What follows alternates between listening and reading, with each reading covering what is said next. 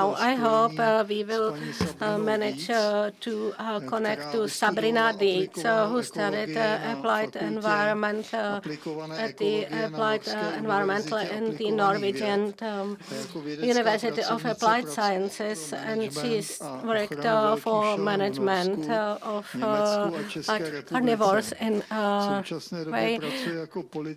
and Czech Republic. She is currently working as the political expert for the Federation of the Hunting and Conservation, and she just in fact represents the interest for the large carnivores protection. I just wanted to say that in fact lots of experts promised to give papers in the area of large carnivores protection. So Sabrina Dietz remained as the only one among those we tend to invite. I just wanted to highlight that the large carnivores protection is quite favorite. And I have to say that seminars in the European Union are quite frequent, more frequent than seminars on the farmers' aging, which is quite imbalanced. Nevertheless, it is important to protect large carnivores. So can we connect? Thank you very much. Good morning. I'm trying to share my screen. Okay, thank you very much for inviting me. As I was already introduced, I'm working for FACE, the European Federation for Hunting and Conservation, which is based in Brussels. And a short background introduction to FACE, which was established in 1977, and it's a non-profit NGO. And we are representing all national hunting associations from Europe in the European institutions. So we are the voice of 7 million hunters, and we are trying to create the best possible context for hunting in Europe on a political and on an environmental level. But yeah, today I will talk about the return on the wolf and the challenges connected with it. So as you might know, the wolf was extinct in most of European countries, so almost extinct, and only after the 1970s,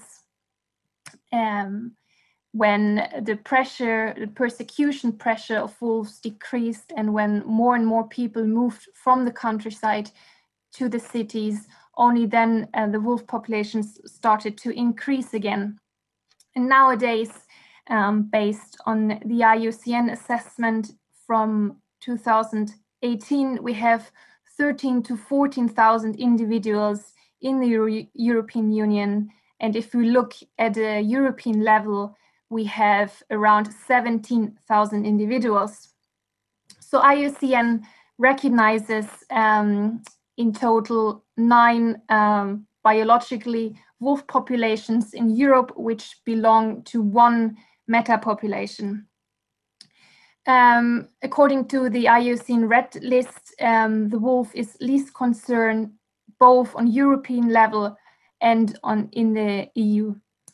And the wolf is also protected under European legislation, which is the EU Habitats Directive. So there, the wolf can be either in Annex 4, so there it's strictly protected, or it can be in either Annex 5, where species, so the wolf, it can be subject to management. And yeah, as you can see here, this is the map where you can see the 9 wolf populations. And what is quite interesting to see is that 8 of the 9 wolf populations in Europe are shared by 1 or more countries, except of the population on the Italian peninsula, which is not yet connected to other countries. We also have the example of Finland, where the population is shared even with a non-European country. So there's lots of migration between Russia and Europe concerning the wolf. Now, looking and focusing on the Czech Republic, we know that the wolf is there in Annex 4, so it's strictly protected. According to the latest Article 17 reports, the Czech government reported a maximum of 80 individuals.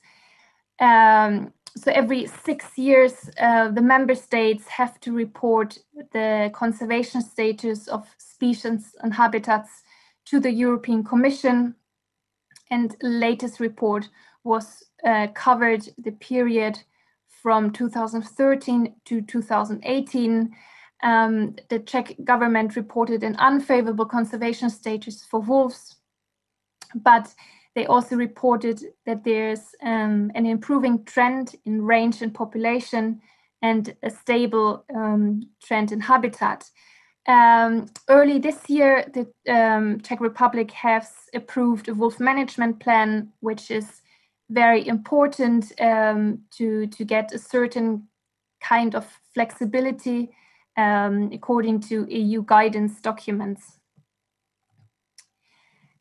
Looking at the map of the Czech Republic and the presence data that were reported by the Czech government, you can see that most of the population is in the border regions, and they are all part of a bigger population. So, for example, in the north of the Czech Republic, the wolf packs are part of the Central European lowland population, which is mainly in Germany and Poland. You have also some influx from the Alpine regions via Austria and from Slovakia, which is the Carpathian population. But of course, with the return of the wolf, also some challenges come along. And the stakeholders which are most impacted by the return are, of course, the farmers and the livestock breeders. According to a study based on 19 EU countries plus Switzerland and Norway, 19,500 sheep have been killed already by wolves in only 4 years. And of course, the European Union provides financial resources to mitigate these conflicts. And the most used tools are electric fences and guarding dogs, but they are not, you have to keep in mind that these tools are not working for every type of landscape or situation. Also, compensation payments are often used, but they are not satisfying enough. So hence the farmers are the stakeholders that have usually the most negative attitude towards wolves when you look at social studies. But of course, not only the farmers are impacted, but also the hunters. Wolf packs can have an intense impact on local game populations, but hunters are also influenced because of a reduced revenue because of the wolf presence. So many hunters, especially those who hunt with hunting dogs, they don't want to use the hunting grounds where wolves are present. So the loss of hunting dogs is the main problem at the moment hunters face, mainly in Scandinavia, but also in other European countries. So for example, in Finland, there were only 25 hunting dogs killed, many more injured, and that was only in this season starting in August 2020. Another big problem is if small-scale farmers with an extensive livestock farming have to stop farming because of the wolf. So for those, the wolf is most of the time an additive pressure on the livelihood of those. But when they give up this small-scale farming and the grazing stops, certain habitats, especially in mountain areas, for example, like the alpine regions, those habitats disappear, and the stop of the grazing may lead to reforestation of open fields. The habitats, the meadows, for example, in the mountainous areas are quite often also protected under EU legislation. So there you have a conflict between two objects that are protected. So you have the wolf on one hand, which is in many areas strictly protected, but you also have these habitats, which are very important. And the same principle is also with other species and that are, for example, endangered or strictly protected, or also when the population is rather small, so the wolf can have a big impact. But in fact, for these cases, more scientific research has to be done and is needed to collect more data on the impact of wolves on ecosystems in Europe. So now these conflicts, they of course need to be mitigated, and the most important tool is quite often education and communication. So the wolf in Europe is such a flexible animal. It can adapt easily to our landscapes that are modified and sometimes highly fragmented. So the acceptance of large carnivores by the people is the most crucial factor. But therefore, the rural voices need to be heard, and especially due to the situation that conflicts are so diverse. They depend on the climate, on landscape, and, for example, also on the socio-economic situation of a certain country or region. So solutions have to be found locally and regionally and cannot be done only on a national level or even European level. And then also management and conservation decisions have to be transparent. There needs to be a communication between authorities and the stakeholders. So conflicts are also often solved on a political level, and therefore FACE and many other European hunting associations have certain requests. For example, we want to change the conservation status of certain populations if they have reached a favorable conservation status, which is the goal of the EU Habitats Directive. Because once populations have reached this level, management is needed. And as I already said before, we need flexible solutions and flexible implementations that also have to be done on international and European level. Furthermore, there needs to be a greater recognition of Article 2 of the Habitats Directive. So the goal of this is the conservation status is favorable, but cultural aspects or socio-economic situations have to be taken into account. And as I already told before, many of the wolf populations are shared by one or more countries. So transboundary management plans need to be more promoted by the European Union. But of course, hunting can also be a management tool to mitigate conflicts. If hunters give wolves a value, and not only a financial value, but also an intrinsic value, then hunters and people from the rural countryside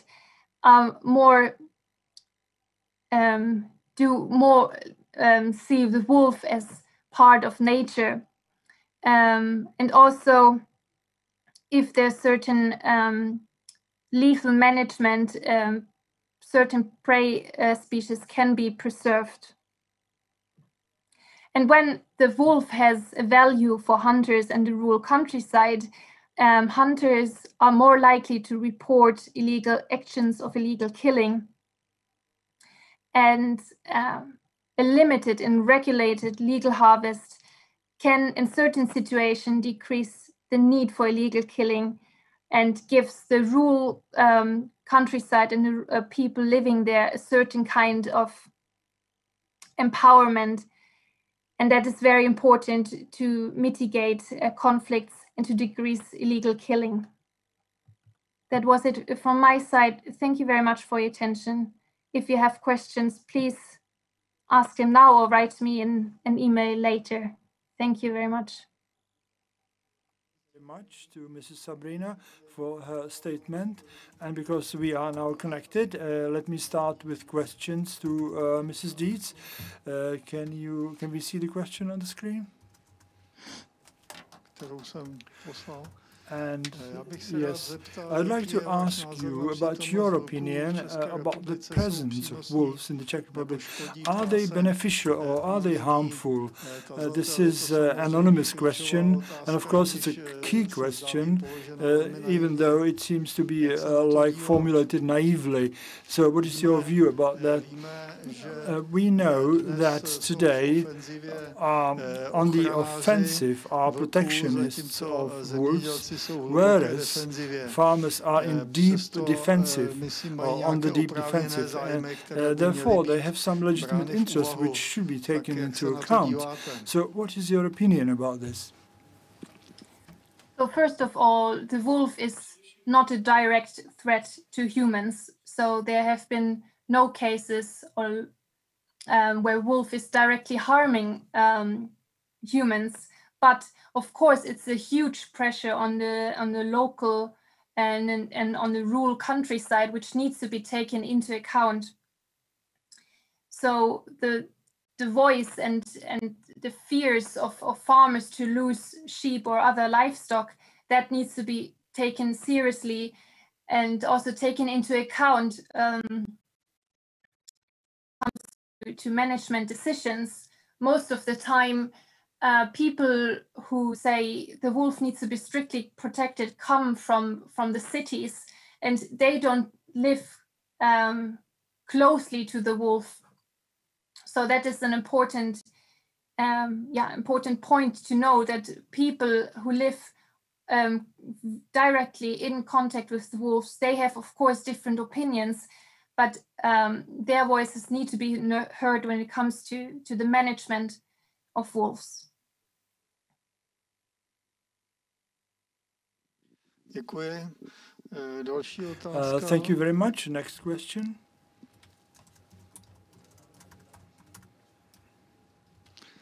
And that is, how can we achieve the situation that actually wolves are again get shy and avoid meeting livestock? The farmers that I talked to complain that wolves, as intelligent animals, know that they are not threatened.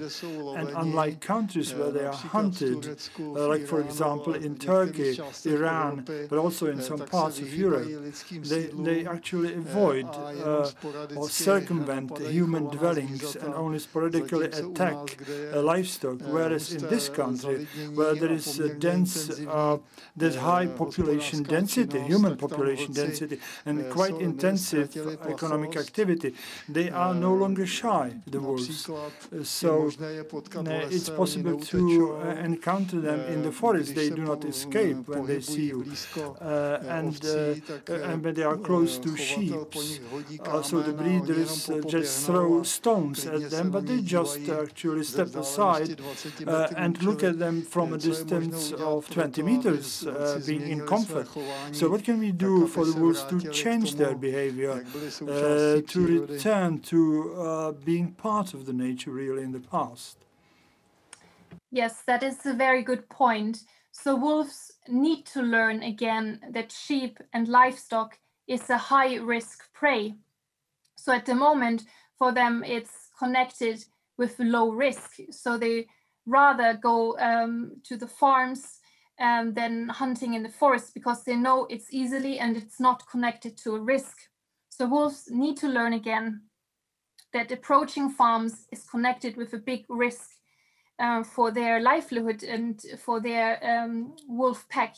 So hunting is, of course, an option that would work to learn them again. Okay, stay away from human settlements and stay away from farms.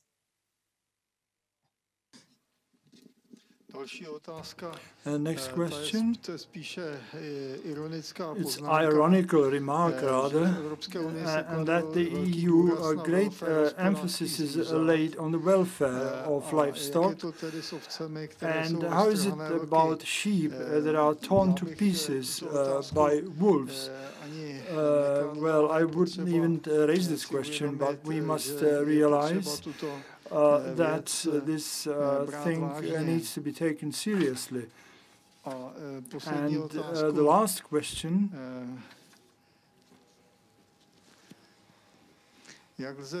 how can we achieve a situation that wolf population do not spread into densely populated agricultural areas? We were taught in the European Parliament that people must get used to wolves. And a very good example of coexistence with wolf, it is shown wolf actually was running around a city in Italy, running in streets. What is your perception of this? Yes, in fact, that's a big problem also on the European level, because the European Commission confirmed that the natural range of wolves is also close to human settlements, and that's a big problem that we as hunters or as stakeholders need to address to the European Commission. We need a law or a guidance that says, okay, wolves, they do not belong close to human settlements, so derogations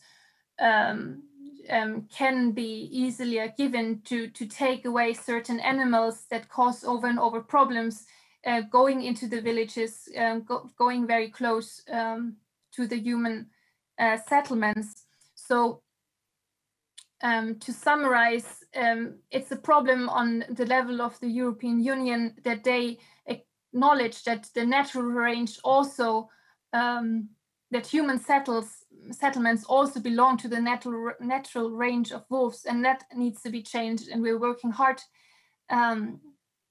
for it to get a certain kind of understanding that people on the rural countrysides don't want to have wolves close to their own homes.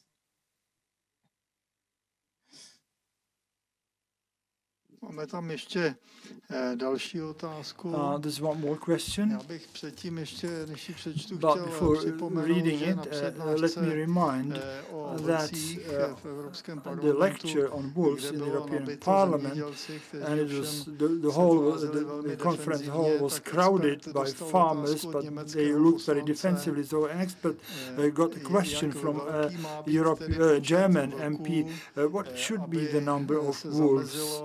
So that the danger can be prevented, that they would degenerate genetically. And the expert answered, as big as it can be. Or the number should be as high as it can. So the question, how to balance off the number of wolves, that is to set the balance between the amount of damage on the farmer's side and the beneficiality, the wolf's beneficiality. How can we set the compensation? We know that costs dramatically rise as much as the damages rise year by year, and the farmers complain that they get compensation very late, and that very often such damages are not recognized and they did not receive proper compensation.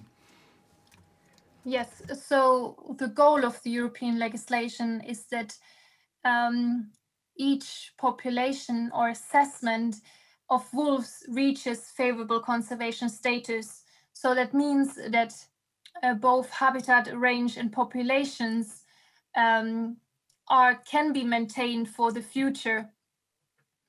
And there it's in fact important that countries and national governments set the so-called favorable reference values together with the stakeholders that are involved.